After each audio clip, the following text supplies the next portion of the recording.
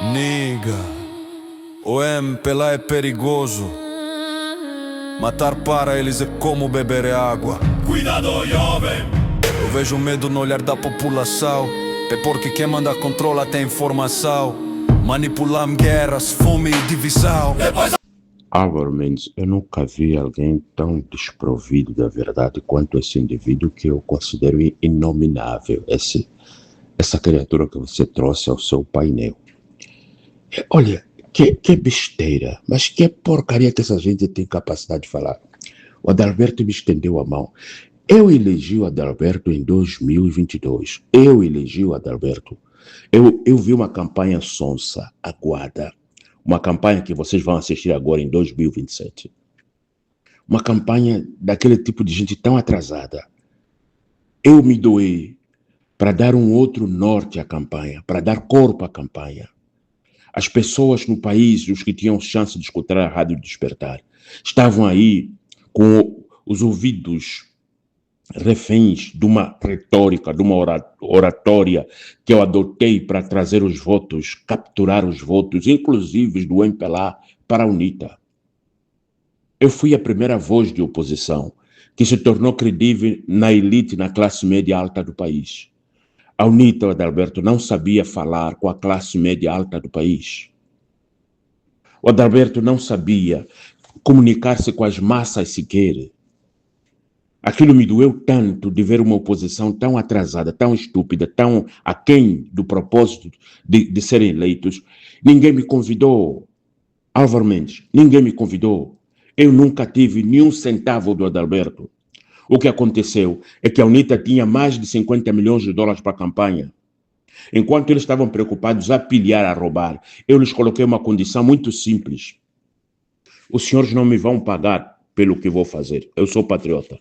Vão cobrir os meus custos. Eu vou trocar de carro como forma de segurança, porque se eu estiver a andar com um único carro, vão saber que ele está no carro X, que é sempre o mesmo carro que ele chega na Rádio Despertar. Eu preciso trocar de carro. Em alguns dias vou alugar 2, 3 carros, simultaneamente. Quando eu sair da rádio, vou confundir quem está do lado de fora do quintal da UNITA, que está a pensar que eu entrei de um carro azul, eu vou sair de um carro preto. É minha segurança, é a vida, mas eu vou me entregar com tudo. Aqueles que acompanham a campanha de 2022 sabem quem foi a voz mais ativa da campanha. Eu comecei a falar da minha casa, no condomínio Vereda das Flores, de onde eu falava para a campanha eleitoral da UNITA, em prol dela. Nunca fui militante da UNITA, nunca, apesar de que o MPLA, por maldade, constou nos relatórios como se eu tivesse sido representante da UNITA na América Latina, com sede no Brasil. O falecido Jacajamba devia estar entre nós, porque este, quando chegou no Brasil, lhe foi apresentado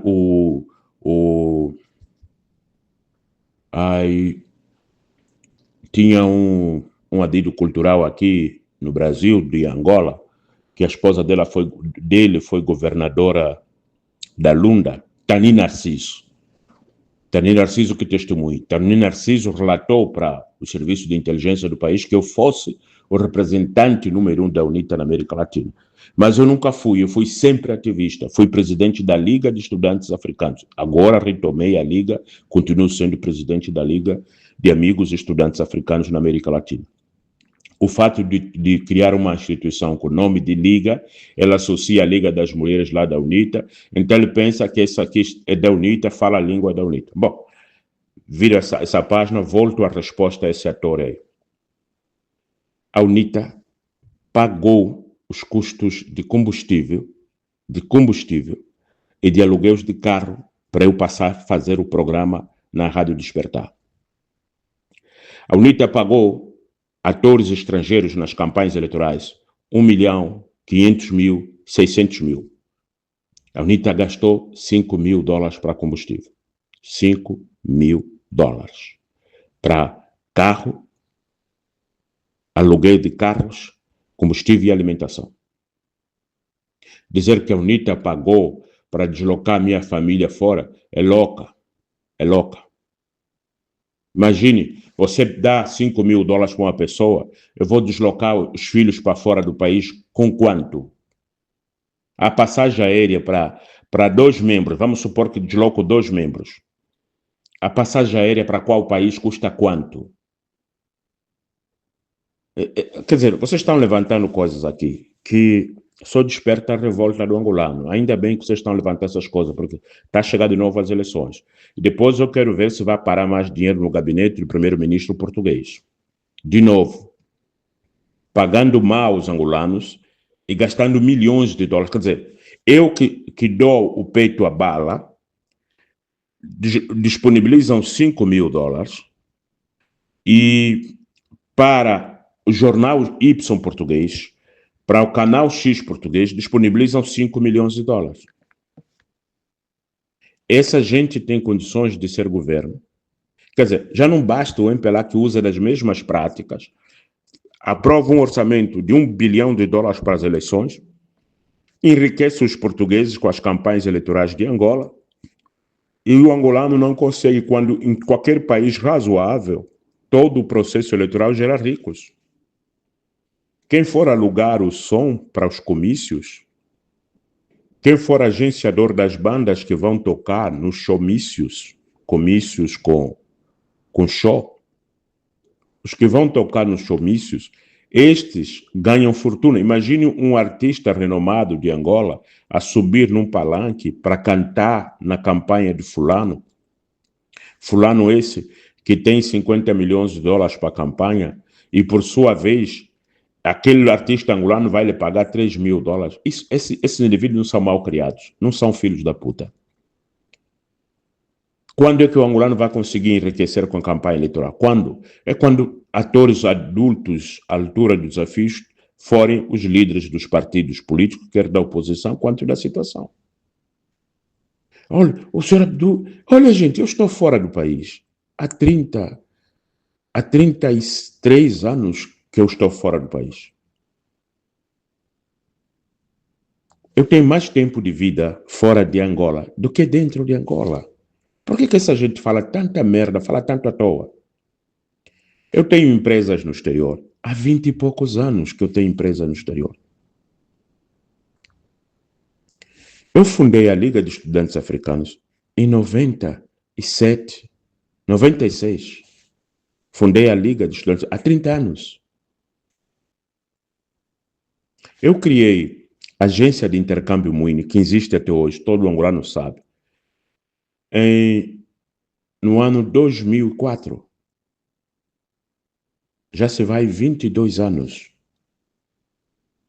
E ele está a me dizer que há 4 anos atrás, em 2022, eles me garantiram que eu saísse fora. Eu nunca trato visto para sair fora e não tenho nacionalidade estrangeira. Eu não trato visto. Eu não vou a nenhuma embaixada pedir visto. Eu saio, passo pelo aeroporto e vou embora. Por que essa gente fala tanta merda? Fala tão à toa? Eu gostaria que auditassem a sorte da UNITA, nesse caso do Adalberto, é que não há compromisso, não há necessidade de transparência financeira. O país não tem compromisso com transparência financeira. Também a oposição que deveria cobrar o manuseio dos recursos públicos com idoneidade, ele não consegue ser idôneo com a gestão dos recursos atribuídos à UNITA.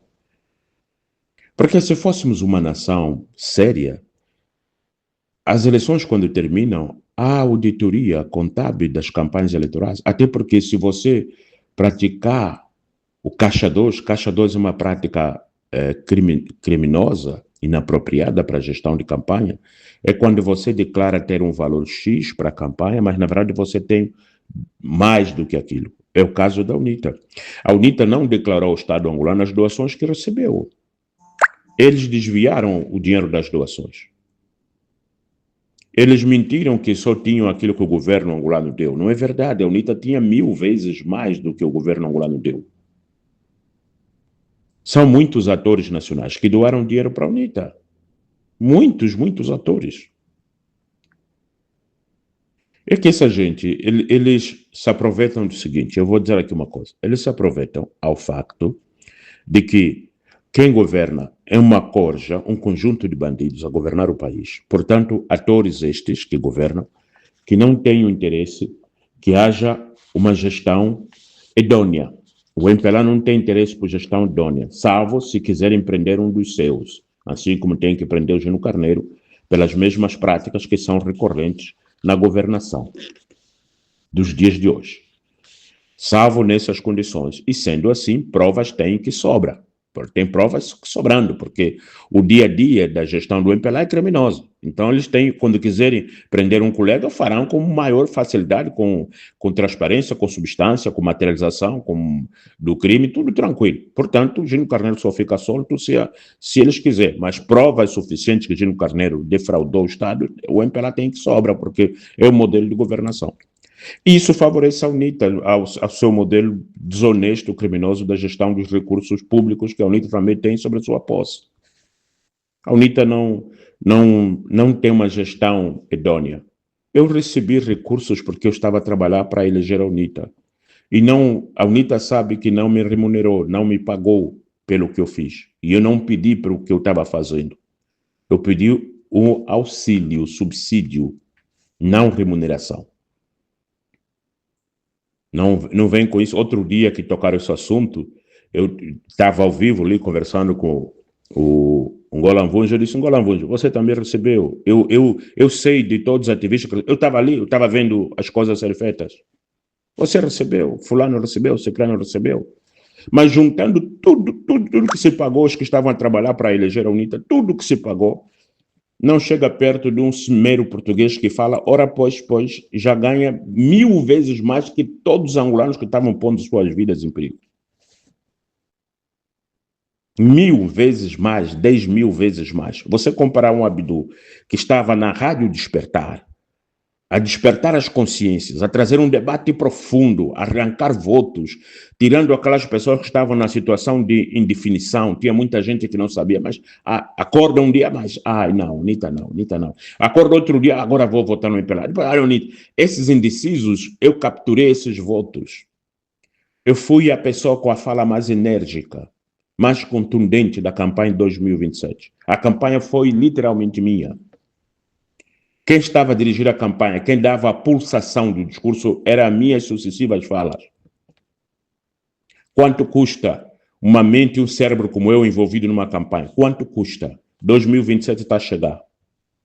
Quanto eu, 2027, se eu não for candidato a presidente, eu vou cobrar. Com menos de 2 milhões de dólares, não me mexo, não falo. Não é mercenarismo, é a competência, é o meu currículo. É a capacidade de perceber o cenário e abordar a fala mais apropriada para as eleições, salvo se vocês estiverem a apostar na fraude eleitoral. Se não tiver a apostar na fraude eleitoral, eu não vou fazer papel de idiota com o primeiro-ministro português recebendo dinheiro, com portugueses ficando ricos. São mais de $1 bilhão que se joga na campanha de Angola e nós temos que terminar a campanha fomeados. Essa merda, esse gajo me faz lembrar porcarias que eu fico mais revoltado possível. É essas coisas que vocês me escutam aqui a mandar esse gajo tomar naquele lugar.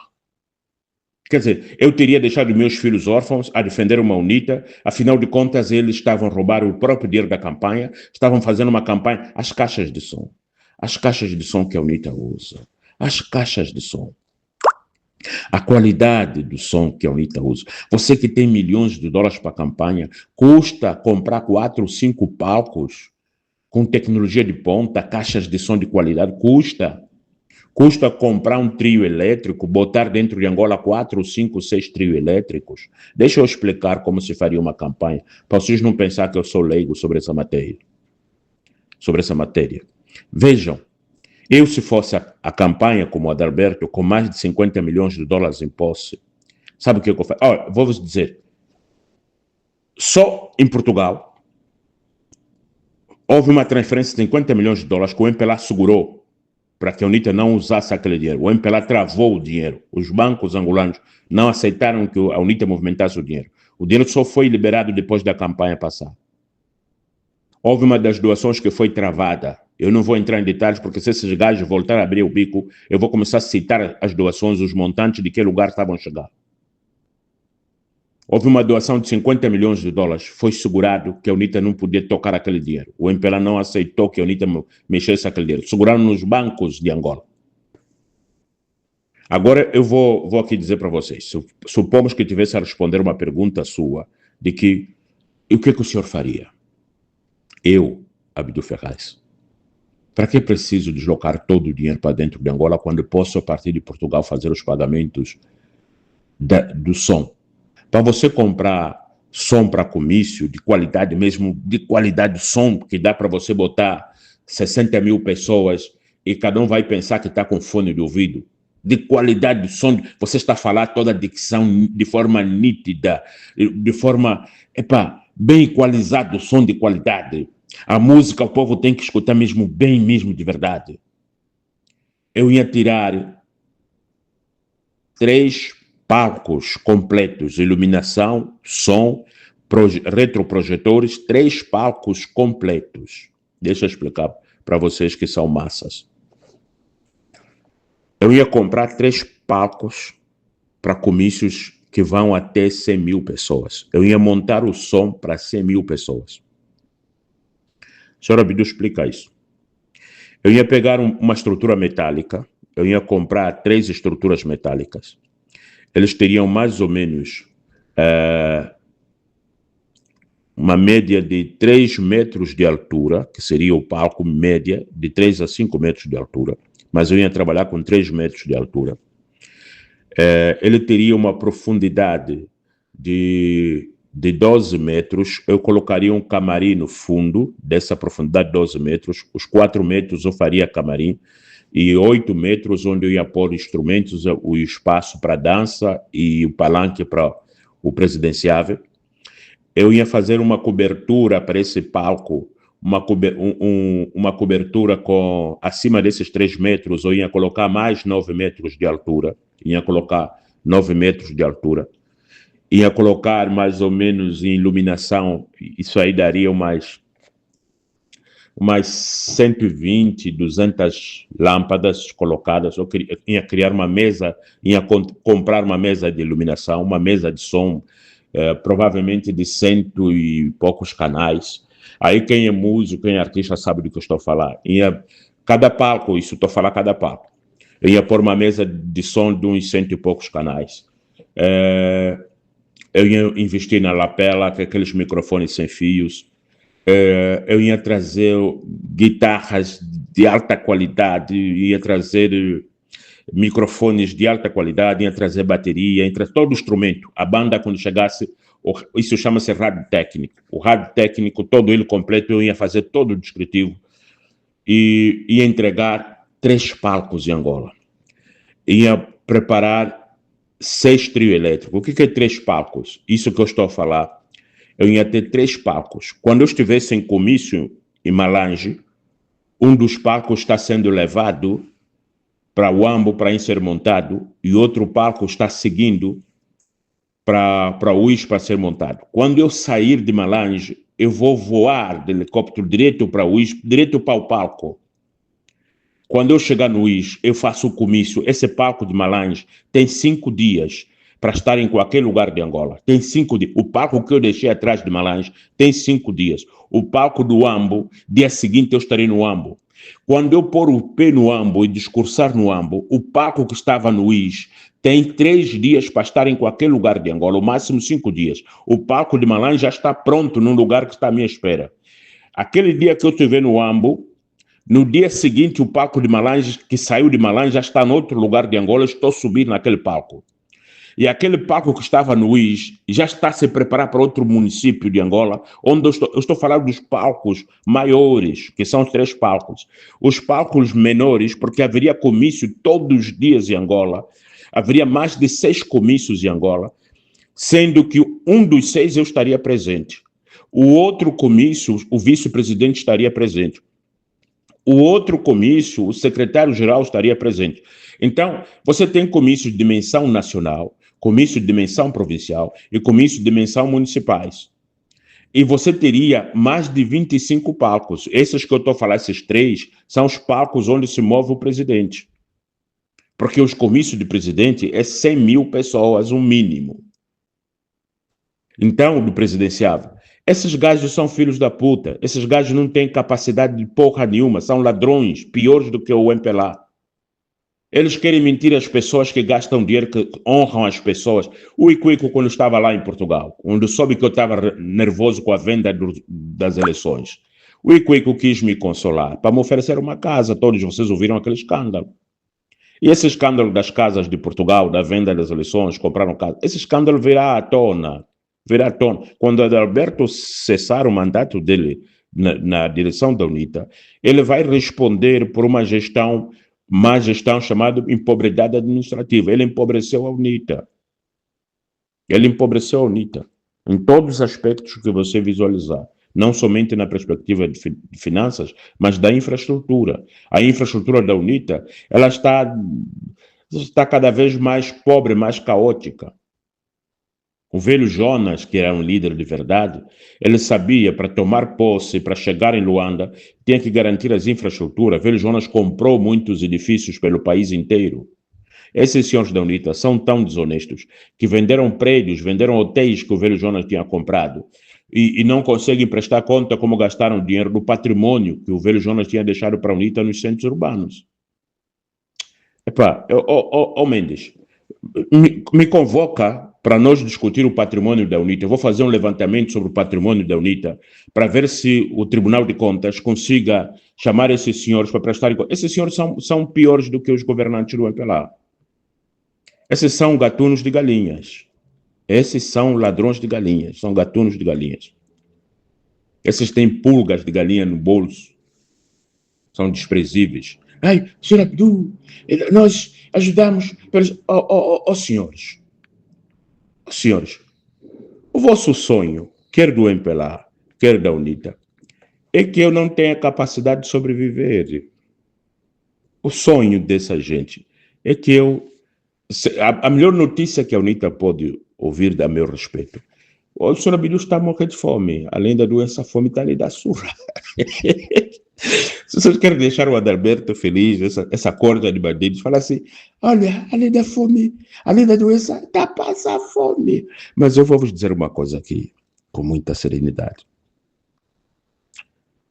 Sobretudo a vocês mais jovens que estão atentos à minha fala. Eu estou fazendo isso aqui, falando isso como um testemunho, tá? Eu venho aqui dar um testemunho da palavra. Se você um dia na sua vida acordar e se levantar em defesa do seu povo, da dignidade da sua gente e lutar pelo seu país, como tenho feito, escute o que eu vou lhe dizer aqui. Não tem como você passar fome. Não tem como.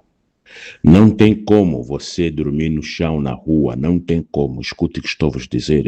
Eu vivi isso na pele. Estou dando testemunho público. Não tem como. Não tem como. É impossível. Vocês estão ouvindo o que eu estou a dizer? É impossível. Isso é a mesma coisa, é a mesma fala que eu diria a um jovem, recém-casado. Se você for honesta, se você for honesto à sua esposa, ao seu marido, se vocês os dois realmente forem honestos uns aos outros, um ao outro, e vocês cuidarem mesmo de verdade, não há chance de vocês conhecerem humilhação. Não há. É impossível. É impossível. Se vocês servirem uns aos outros com lealdade, vocês casais, se fizerem isso, aquele lar pertence a Deus. Não tem como, não há doença, não há fome, é impossível. É impossível. Onde há amor, eu estou a vos dizer, perguntem aos homens que andam torcer para a minha desgraça, é impossível você passar fome quando você está a lutar por um povo, é impossível. É impossível você não ter o que comer, não ter onde dormir. É impossível, é impossível. Ele é o dono de todo o ouro e toda... Eu estou a vos falar isso por conhecimento de causa. É impossível. Um dia que eu vou escrever como foi a logística dessa luta por democratizar Angola, eu acho que eu vou lançar um best-seller. Vai ser um dos livros mais lidos, como é a logística de Deus. Gente, não brinquem com a logística de Deus. Esse macaco, esse ladrão de galinhas que tem pulgas de galinha no bolso, ele não tem noção como eu vivo. Eu vivo da divina providência. Vocês, olha, ai, Pai do céu, gente, eu preciso falar isso. Eu preciso. Você que está me ouvindo hoje deve ter 20 anos, 18 anos. Tudo, absolutamente tudo que você está a viver é importante. Eu não podia imaginar, eu vou vos trazer uns dados, eu não podia imaginar que o seminário de Luanda, da Divina Providência, seria importante para o resto da minha vida. Naquele seminário que fica aí no Golfo 2, nós construímos aquelas paredes. Ali se construiu uma fábrica de medicamento, aquele hospital. Nós construímos os seminaristas, nós regaçamos as mangas, nós descarregávamos os contentores de mármore, caixas pesadas, nós doamos o físico para isso. Ok. Lá aprendi uma coisa maravilhosa, e isso aqui vai para o seminarista da Divina Providência. Eu nunca tinha ouvido falar o que fosse a Divina Providência. Até que em 90 estava numa casa religiosa onde tinha que ouvir falar sobre a Divina Providência. E ouvi sobre João Calabria. E comecei a entender e meditar sobre aquela palavra, aquele carisma, aquela linha doutrinal orientadora. E eu quero dizer a vocês, existe uma logística de Deus. Existe uma coisa chamada Divina Providência. É a extensão da logística de Deus, é a materialização da logística de Deus. Quando você escuta que ele é o dono de todo o ouro e toda a prata, talvez há pastores que andam a brincar no palco, padres que andam a brincar com a vida religiosa, não têm noção. Eu estou a vos falar que eu como vivo da divina providência, isto é verdade, acontece. O amor que Deus tem a cada um de vocês angolanos é que me alimenta. Cada um de nós que se levantar com a real intenção de desenvolver esse país não estará sozinho. Não tenha medo. Eu tinha vos dito assim. Eu de vez em quando cito um Golamvuns. Eu não tenho nada contra ele, não tenho nada. Se eu ver, eu vou apertar a mão, vou abraçar. Até porque sempre lhe tratei como amigo. Olha, foi no canal dele que ele me chama e eu disse: eu ouvi a orientação de Deus. Eu perguntei onde viria a pessoa nos libertar dessa corja de bandidos. E o Senhor disse: é você mesmo. Não espere os outros. É você mesmo que vai libertar esse país. E eu disse: eu vou ser o presidente. E repito, eu vou tomar posse nesse país. Eu vou governar esse país. Se vocês procurarem uma congregação chamada Canocianos no Brasil, quando eu saí da Divina Providência, dos Pobres Servos, fui transferido para o Brasil na congregação Canociana. O Padre Sérgio, tomara que ele esteja vivo, quando eu pedi para sair do convento, e ele me perguntou por quê, e eu respondi: o Senhor me chama porque a África, mais do que pastores e padres, precisa de homens tementes a Deus. Por que eu dei aquela resposta ao Padre Sérgio? E o Padre Sérgio foi de tal maneira, não sei o que deu na cabeça dele. A carta de desvinculamento, ele coloca assim: o Adúlcio Amílcar Manuel Ferraz alega atender o chamado do Senhor que lhe diz 2 pontos. A África, mais do que padres e pastores, precisa de homens tementes a Deus, fecha aspas. E ele continua: doravante, deixa de ser membro desta congregação, tal, por sua livre e espontânea vontade. Esse dossiê está lá, no convento, está lá. E eu estou a dizer a vocês todos aqui, eu disse, isso se aplica na família, se aplica na profissão, se aplica na política. Se você se entregar para um projeto, por mais difícil que seja, você vai vencer. Eu repito, eu vos serei presidente por causa da minha entrega por este país. Eu repito, eu vou iniciar a formação em escala de africanos por causa de entrega. Porque eu estou 30 anos todos os dias da minha vida, trabalhando, me endividando, me ferrando, para que eu forme os vossos filhos, vossos netos, em escala e de forma indiscriminada. E sabe o que eu estou a descobrir? Eu estou a descobrir o seguinte, que afinal de contas estou a construir um legado. Eu estou a descobrir, às vezes eu vou bater porta numa instituição, aqui, hoje, no Brasil, aí eu descubro que eu tenho relações com aquela instituição. Que o antigo gerente passou a ser o dono daquela instituição, comprou boa parte da instituição, e o tal antigo gerente é aquele senhor que você negociou sobre as bolsas tais. Quando você chega na frente dele, você, Abdu Ferraz, tens autoridade. Aí você descobre que você construiu autoridade. Como eu construí autoridade? Porque eu negociei a dignidade de um povo. Quando ele olha para você, ele sabe que este senhor está há 30 anos a lutar para que o seu povo se forme. Aí as minhas falas, dia após dia, entre as quais esta que eu tomo aqui hoje, são falas de uma dimensão de maturidade que não é comum. Eu tenho autoridade para falar em nome do povo angolano e do povo africano. Esses senhores da UNITA, esses ladrões de galinha, que têm pulgas de galo no bolso, esses senhores são tão vândalos, tão estúpidos, que eles estão a acreditar que com a falsidade se vai a algum lugar. Nós vamos travar a UNITA agora em 2027. Vamos travar. A mesma voz que um dia elegeu o Adalberto, eu vou pôr esse senhor no chão. Eu vou pôr esse senhor no chão em defesa da minha pátria. Se o MPLA quisesse, podia me socorrer nessa condição de saúde que me encontro. Mas sabe o que eu estou a aprender, que eu vou dizer a vocês, os mais jovens? Quando a causa é nobre, você precisa viver os apuros. Quando você está engajado numa coisa grande, grandiosa, quando Deus é o dono do seu processo, Ele te sacode. Se for necessário, os seus irmãos vão se voltar contra você. A sua família vai se voltar contra você. Você vai estar sozinho, se for necessário. Se for necessário, até os filhos vão pular para fora. Porque a causa é muito grande que você está a abraçar. A causa é tão grande. Pensar em libertar vocês é uma causa tão grande, mas é tão absurdo, que você precisa perder, se for possível, todos os amigos.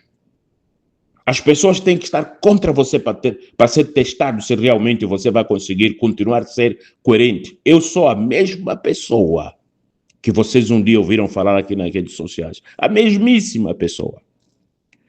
A mesmíssima inércia, a mesmíssima determinação, a mesmíssima revolta, a mesmíssima indignação. Clareza que os inimigos desse país, de um lado é o UNITA, do outro lado é o MPLA, são as mesmas coisas. Tanto a UNITA quanto o MPLA podem vir melhorar, desde que a liderança tenha dispositivos e atores auxiliares que estejam devidamente alinhados ao propósito maior, o bem do povo angolano. Você pode ter boas intenções no seio do MPLA, mas o que tem de pessoas que se afiliou no MPLA para enriquecer é o que mais existe. Logo, qualquer orçamento que você atribuir, estará lá um ladrão, um gatuno. Não faz diferença no seio da UNITA. A UNITA, quando foi me dar o comprovante de pagamento, a assinatura só pode fazer com lápis, para depois ela pagar e pôr os valores da maneira dele. Se você pegar todos esses meninos aí que eu citei, que eu sei que receberam recursos, uns deram 3 mil, depois mais 3 mil, depois 1.000, depois 2 mil, depois 5 mil dólares. Esses meninos, perguntam a eles se têm recibo. Não. Por quê? Porque é caixa 2. O que é caixa 2? É a forma criminosa de lidar com dinheiro institucional. O dinheiro institucional tem que haver recibo. Quem recebe o dinheiro tem que devolver um documento chamado recibo se não tiver nota fiscal. Eu estou a falar de ciência contábil, estou a falar de cultura tributária, estou a falar do fisco. Eu estou a falar de um crime tipificado no Código Penal. Você não pode fazer pagamentos sem recibo ou nota fiscal.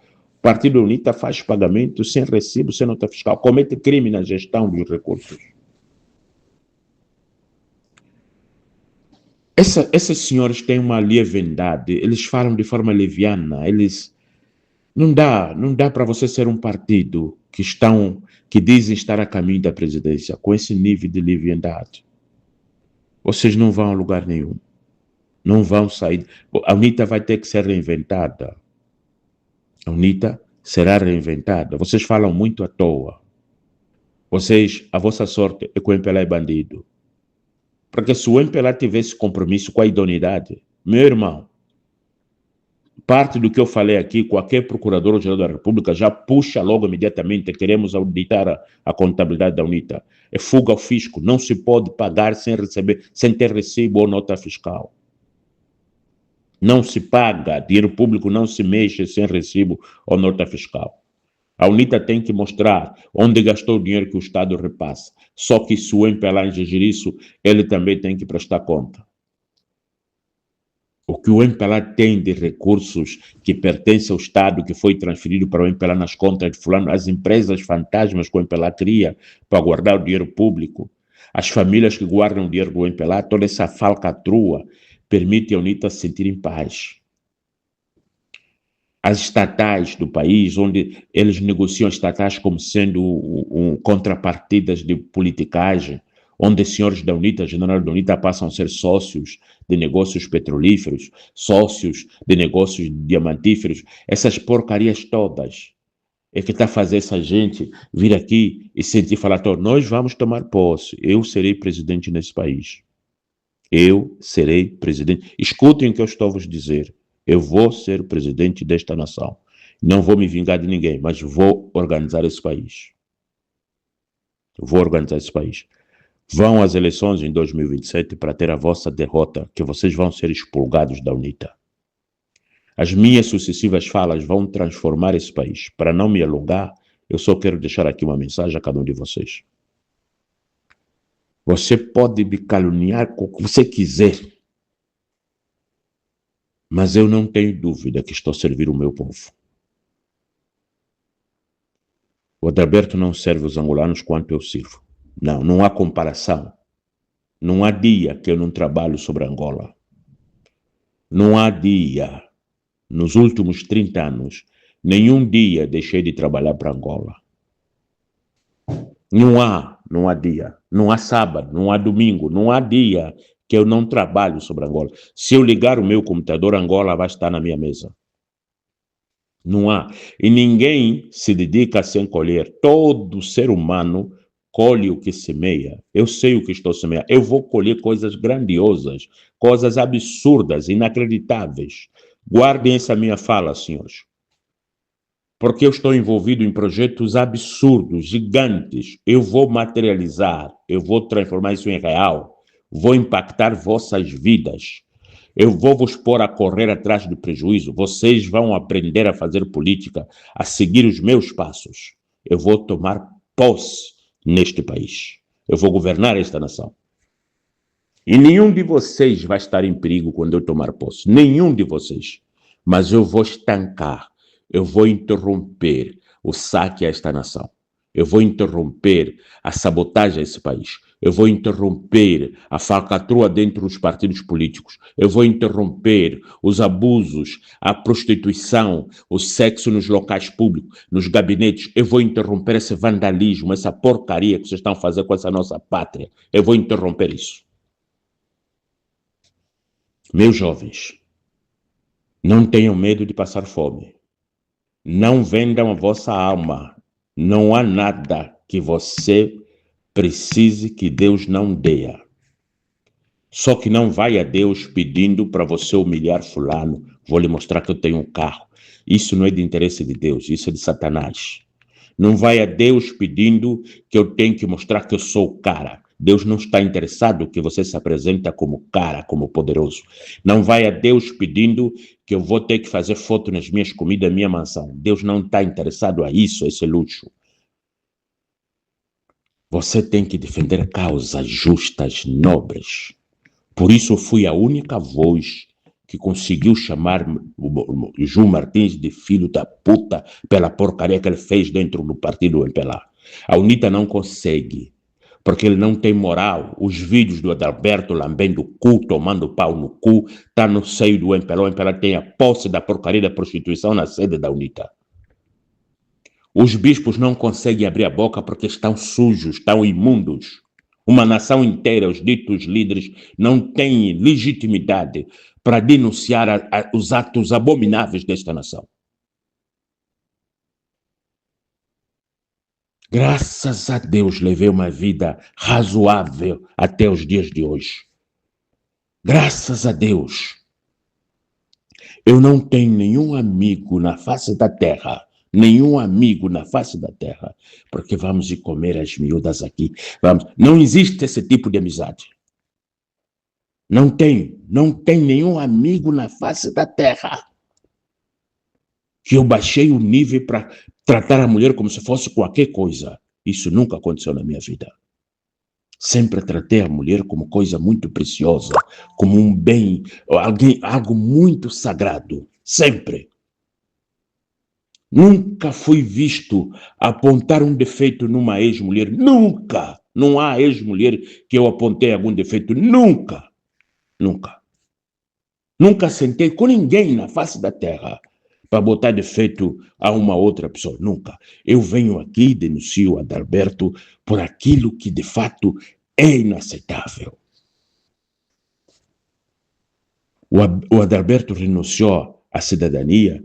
Ele diz ter renunciado a despacho do Estado português, porque o que vocês deviam confirmar nessa vossa falácia que vieram fazer aqui no Álvaro Mendes, o Álvaro Mendes devia pedir assim: senhores, por favor, para calarmos a boca do Abdu, tens aí uma cópia no documento, tens aí o Diário Oficial Português, pelo menos a data da emissão da publicação que o Adalberto Doravante deixou de ser português, porque isso tem que ser público. As pessoas não podem, com denúncias como essas que eu fiz antes, simplesmente ir também com a fala. Não pode. Para calar o Abdu no quanto que eu estava denunciando, é com documentos. Você é jornalista, você significa gosta da prova da realidade, você é jornalista. Você tinha a oportunidade maravilhosa de exibir o Diário Oficial Português, a cópia. Você podia, Álvaro Mendes, era um momento de chave de ouro para o Adalberto. Por que não trazem a cópia do Diário Oficial Português, onde você acha que você vai declinar a nacionalidade sem que seja lançado no Diário Oficial da República? Quer dizer, é este o problema que nós temos. Ou também você, Álvaro Mendes, tem dificuldade de entender o ordenamento jurídico das nações? Por que nós não temos vontade que o povo angolano fique mais inteligente? Por que nós não queremos ensinar o povo angolano a raciocinar bem?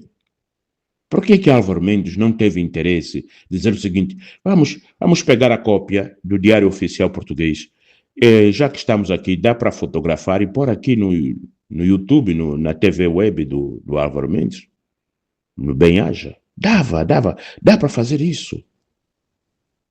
Então, se alguém chegar e falar assim, está pronto, põe as cópias, põe o dossiê, escaneia o Diário Oficial Português para vermos a data que fora publicado. Ou você acha que você vai ter a nacionalidade de um país sem ser publicado? Só não é publicado, não precisa ser no Diário Oficial, se você nasceu português. Óbvio, todos nós nascemos português. Boa parte de nós nascemos português. Nasci em 72, eu nasci português. Vai lá na igreja lá católica, a paróquia de São José do Pombo. Lá você pega o meu arquivo de batismo, vai ver Adúlcio Amílcar Manuel Ferraz, 13 de fevereiro de 1972. E por sorte, no dia que eu nasci, é o dia que o primeiro bispo preto de Angola visita São José Pombo. Minha mãe nas dores do parto e o bispo lá estava sendo levado nos ombros de Machado, que Deus o tenha, pegou num copo de malavo e deu no bispo, Cavena quando banca cacó, Cavena quando banca cacó. A canção seja cum, disse o Tim Machado trocou. Copo a seu Machado. Bom, Álvaro Mendes, pede a cópia do Diário Oficial português. Ele te diz assim, eu creio que na UNITA tem alguém que sabe como se publica informações, como se tira apanhados nos diários oficiais. Eu creio que na UNITA sabem como se faz isso. E eu creio que você, Álvaro Mendes, sabe como se faz isso. Por redundância, eu vou aqui explicar. Copia a capa, cita a data, diga o nome do diário, a data de publicação, a página em si que você faz a referência de um diário oficial. Diz o diário de qual país, a data de publicação, a cópia da capa e cita a página. Pronto. Qualquer um vai pegar aquela data, aquela publicação que tem a ver com aquela data, vai direto naquela página e, se for possível, cita a ordem da publicação, além de dizer a data, a página, o número da página. Pode ser que na mesma página tem lá 4 outros anúncios públicos, 6 outros anúncios públicos. Aí você cita o Diário X do mês de maio de 2000 e Y, a página 36, o parágrafo XY. Aí você vai ver os números, vai encontrar diretamente, você vai lá e tens acesso. Isso é metodologia científica. É para isso que a gente teve a matéria de metodologia científica. É para você aprender também fazer referência de diários oficiais. Então, esse senhor vai ali só para falar merda, custa falar coisas importantes. Essas coisas que nós vamos permitir que o angolano continue burro. Nós, quando abrirmos a boca, temos que ensinar o angolano a falar, Álvaro. Então, você, Álvaro, fica com essa missão de corrigir a fala deles, dizer, olha, por respeito à nação, vamos publicar o Diário Oficial Português, onde consta, porque os portugueses também não podem entrar a brincar com a gente. Os portugueses não podem fazer conluio, o judiciário português não pode fazer conluio com o Adalberto, dizer, não, fica tranquilo, Adalberto, não precisa, você não precisa perder nacionalidade, vosso povo é burro, lá não tem cultura, deixa para lá, Adalberto, não faças isso, Adalberto, não percas a nacionalidade, Adalberto, tu és português, tá bem? Mas não, Adalberto, lá não tem cultura, ninguém vai pedir diário, eles nem sabem o que é diário oficial. A TPA, deixa para lá, Adalberto, deixa para lá, pá, você é português, como português pode ser presidente de Angola. Angola é uma província portuguesa até os dias de hoje, pá. Estás aqui a se estressar porque vai ter lá disso, pá, que merda é essa, pá, porra, caralho, pá. É dessa merda que estamos aqui a falar, é dessa porcaria. E o Álvaro pensou que sim, senhora. O cara da UNITA já respondeu seu... Respondeu puta que o pariu, respondeu merda nenhuma. Falou porcarias. Pega lá, copia o diário oficial, põe na nossa cara para nós consultar e trazem diário falso. Vai brincar, vamos lá procurar aquela... É documento público português. É público, significa de acesso mundial. É diário oficial. Que merda é essa? Diário oficial, qualquer ser humano que esteja em Portugal pode requisitar, até turista. Bom, você tem noção, o diário oficial em Angola, se você tiver passaporte ou bilhete de internet, passaporte de qualquer nacionalidade, vai ali na Cidade Alta, isso é cultura, tá? Vai na Cidade Alta, tem a gráfica nacional, fica ali em cima. E você chega lá, diz, olha, a empresa, o nome da empresa X, ele vai. Isso é com relação a consultar a empresa. Ele vai no computador, papá. Sim, encontrei. Eu quero uma cópia. Paga lá uma taxa de impressão, ele imprime e te entrega. Você não precisa da permissão dos donos da empresa para você ter acesso ao estatuto da empresa e tal, porque é documento por lei a ser constar, publicado no Diário Oficial. Diário Oficial é para ser consultado por qualquer ser humano. Então, essa brincadeira que ele veio fazer aqui, eu estou a ensinar os angolanos, pedem, se eles fizeram conluio, se estão a brincar com o nosso país, é essas coisas que eu ando a falar, que essa gente não tem maturidade para estar na frente da direção dessa nação. Se está a brincar, essas pequenas coisas depois vão crescer. Isso que ele vai fazer aqui vai lhe sair pela culatra. Eu vou pedir a cópia do Diário Oficial Português, onde consta, eu quero ver, onde está a cópia do Diário Oficial Português, onde está a renúncia da nacionalidade. Tem que ser publicado. Ah, mas está aqui o documento que o Adalberto requereu. Sim. E onde está a resposta do Estado português? Não do governo, é de Estado. Isso é uma questão de Estado.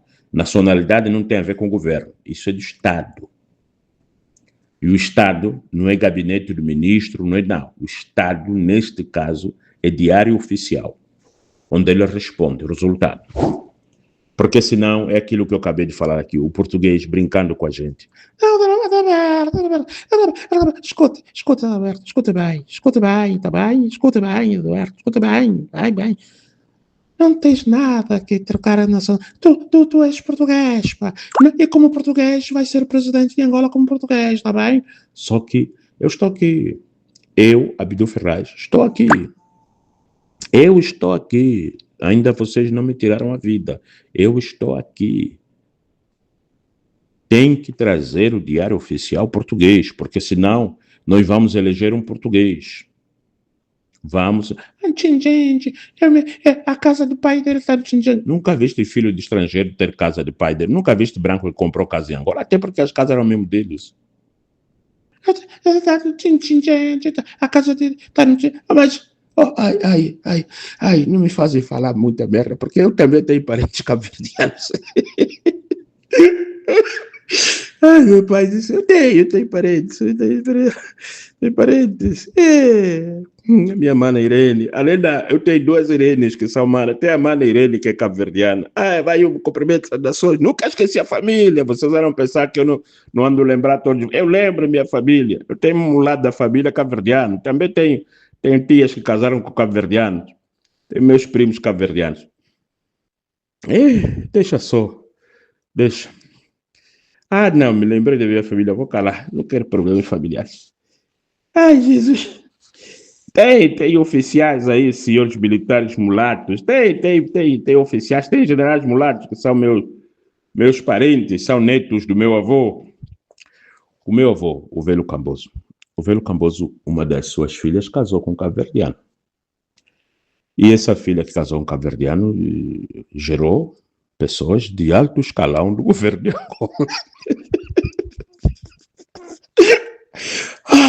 Vou respirar.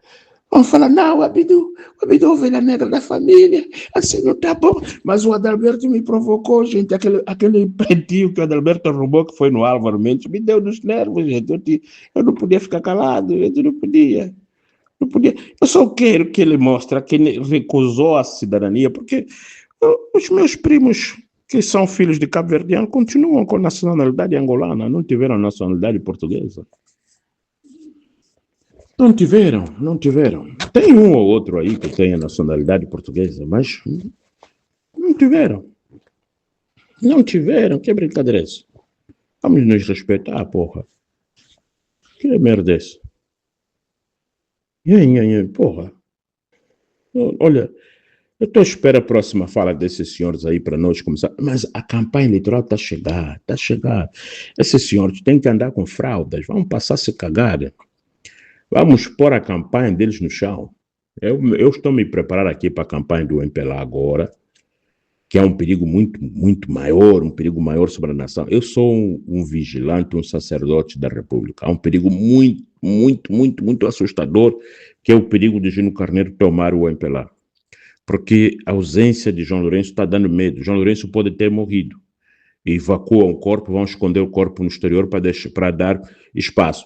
Se for isso, estamos fritos. Jânio Carneiro pode se tornar o presidente do MPLA. Então, há coisas que nós temos que estar muito atento, é muito perigoso.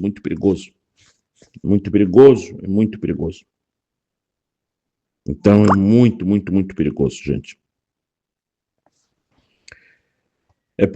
O Álvaro, se você quiser, marca aí um colóquio, um debate, eu sozinho, traz toda a Câmara dos Deputados da UNITA para aqueles gajos aprender a discutir política. Fala para eles trazer cópia dos documentos do Adalberto. E eu estou a lhes ajudar para não passar vergonha no debate. já copiam o Diário Oficial e tragam a cópia do Diário Oficial. Não há perda de nacionalidade sem publicar no Diário Oficial. Não existe nenhum lugar do mundo que você vai perder a nacionalidade sem a publicação no Diário Oficial. Você tendo a nacionalidade de nascença, como todos nós fomos portugueses, nós que nascemos antes da independência, fomos portugueses, é verdade. Sobretudo ele então, que é mulato, e ele mesmo era português. Nós ainda podíamos fazer uma observação que era similado. No nosso documento ainda vinha lá uma observação de respeitosa, desonrosa, similado. Mas no caso dele não podia vir escrito similado. Era mesmo já cidadão. Agora, isso aí não dá para lhe cobrar. Mostra o Diário Oficial onde você é cidadão português. Não precisa. Agora, perder a nacionalidade, renunciar à nacionalidade, tem que publicar no Diário Oficial. Se você adquirir a nacionalidade, vai para o Diário Oficial, porque você acabou de adquirir na fase adulta. Não é nascença, não é uma certidão de nascimento. Vamos começar a ser essas coisas que eu repito. Nós temos que ser donos de fala, que ajuda o angolano a ficar inteligente. O angolano tem que ficar inteligente, não pode. Porque se nós, Álvaro Mendes, se nós começar a fazer jornalismo tão à toa, nós não vamos ajudar o povo a ficar inteligente, Álvaro. Porque se você ali na hora pedisse a cópia do Diário Oficial, não é cópia porque eu fiz a carta, qualquer um faz a carta. Qual é a resposta do Estado, não do governo, o Estado português? O que é que o Estado deu de resposta? Quando você solicita a perca da cidadania, não existe resposta, como, por exemplo, nós não podemos não tirar a sua cidadania. Essa resposta está fora de hipótese. Você pode ter resposta negativa quando você pede para ter a cidadania. Você pode não ter os pré-requisitos para merecer a cidadania. Agora, pré-requisitos para renunciar à cidadania não existe. Basta você pedir, automaticamente já está atendido. A única coisa que pode existir é a advertência que quando você voltar a requerer, vai depender da avaliação circunstanciais e o resto. Agora, o Adalberto não pode vir a público sem mostrar o Diário Oficial português, que mostra que ele declinou. Não vem nos tratar como burros, de contar histórias, salamaleco, dar boi de curvas. Não, é só Diário Oficial na mesa. É só Diário Oficial na mesa. E não há país do mundo cujo ordenamento jurídico não prevê a publicação do Diário Oficial da perca da cidadania. Isso só funciona em pessoas que não têm noção do ordenamento jurídico das nações. Esse indivíduo só foi falar essas porcarias porque ele não sabe que as pessoas sabem como os países são formatados, o assunto é cidadania. Ah, meu.